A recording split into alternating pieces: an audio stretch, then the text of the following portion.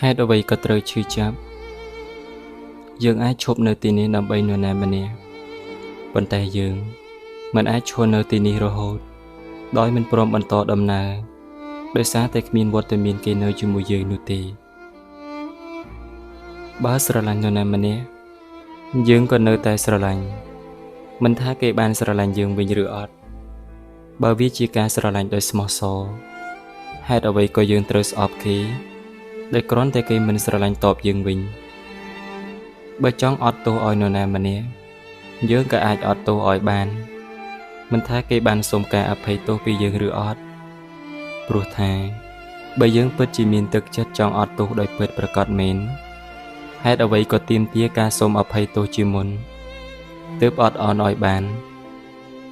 យើងអាចផ្ដល់ឲ្យគេបានច្រើនជាងនេះទៀតដូចជាសេចក្តីសុខភាពកក់ក្ដៅស្នាមញញឹមនិងការលើកទឹកចិត្តជាដើមប៉ុន្តែត្រូវចាំថាបើទោះបីជាគ្មានគេក៏ដោយក៏យើងត្រូវតែបន្តដំណើរទៅមុខជាមួយខ្លួនឯងជានិច្ច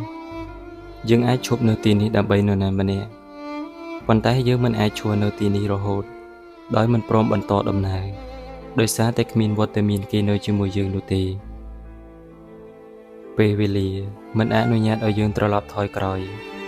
ហើយធ្វើការសាកល្បងម្ដងទៀតនៅលើអ្វីដែលយើងបានធ្វើខុសរួចហើយនោះទេប៉ុន្តែដរាបណាយើងនៅមានពេលយើងនឹងនៅតែមានឱកាសដែលអាចធ្វើរឿងល្អប្រសើរជាងមុនបានបទពិសោធន៍ឈឺចាប់មិនមែនជារឿងខ្ជះខ្ជាយពេលវេលាទេប៉ុន្តែការដែលនៅបន្តឈឺចាប់ដោយសារអ្វីដែលបានកើតឡើងរួចទៅហើយនោះជាការខាត់ពេលវេលាច្រើនបំផុតអ្នកខ្លះគឺចូលចិត្តធ្វើខ្លួនឯងឲ្យរវល់ដើម្បីបន្លប់ទុកមួយគ្រាហើយរឿងខ្លះគឺវាឥតប្រយោជន៍ខ្លាំងមែនទែនតើអ្វីទៅជារឿងឥតប្រយោជន៍រឿងឥតប្រយោជន៍ជារឿងដែលធ្វើឲ្យប៉ះពាល់ទៅដល់ប្រយោជន៍ដទៃទៀតនោះឯងការដែលធ្វើខ្លួនឯងឲ្យរវល់នេះតែយើងកំពុងតែរវល់ជាមួយនឹងរឿងអ្វីភាគច្រើនគឺរវល់វក់វីតែជាមួយនឹងគំនិតស្មុគស្មាញរបស់ខ្លួនឯងផ្ទាល់ចំណែកអ្នកខ្លះទៀតក៏រវល់ផឹកស្រារវល់លេងល្បែងជក់ថ្នាំចូលក្លឹបរាំច្រៀងសប្បាយដើម្បីបន្លប់សេចក្តីទុក្ខការបន្លប់ទុក្ខក្នុងរយៈពេលខ្លីគឺមានន័យថាយើងកំពុងបង្កើតទុក្ខក្នុងរយៈពេលវែងពេលវេលានៃជីវិតនេះខ្លីណាស់តែរឿងដែលយើងត្រូវធ្វើក្នុងជីវិតនេះក៏មានច្រើនណាស់ដែរមានរឿងខ្លះដែលយើងនៅតែមិនទាន់បានបំពេញយើងអាចគិតថាខ្លួនឯងនឹងមានពេលច្រើនទៀតដើម្បីធ្វើរឿងដែលខ្លួនចង់ធ្វើប៉ុន្តែពេលវេលាដ៏ច្រើនដែលយើងគិតដល់នោះជួនកាលវាមិនមែនជាពេលវេលាសម្រាប់យើងទេថ្ងៃស្អែកនឹងនៅតែមានរហូតប៉ុន្តែខ្លួនយើងមិនប្រកាសថានឹងរស់នៅរហូតដល់ថ្ងៃស្អែកឡើយបើមានពេលរស់នៅក្នុងថ្ងៃនេះចូលរស់នៅឲ្យល្អ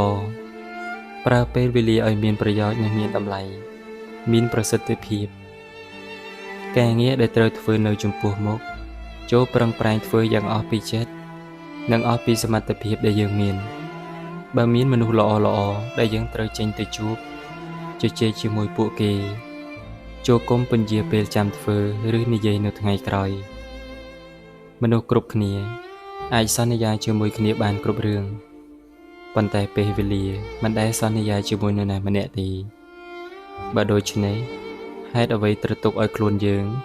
ដេកត្រាំត្រែងជាមួយនឹងសេចក្តីសោករហូតភ្លេចមើលថែខ្លួនឯងឲ្យបានល្អ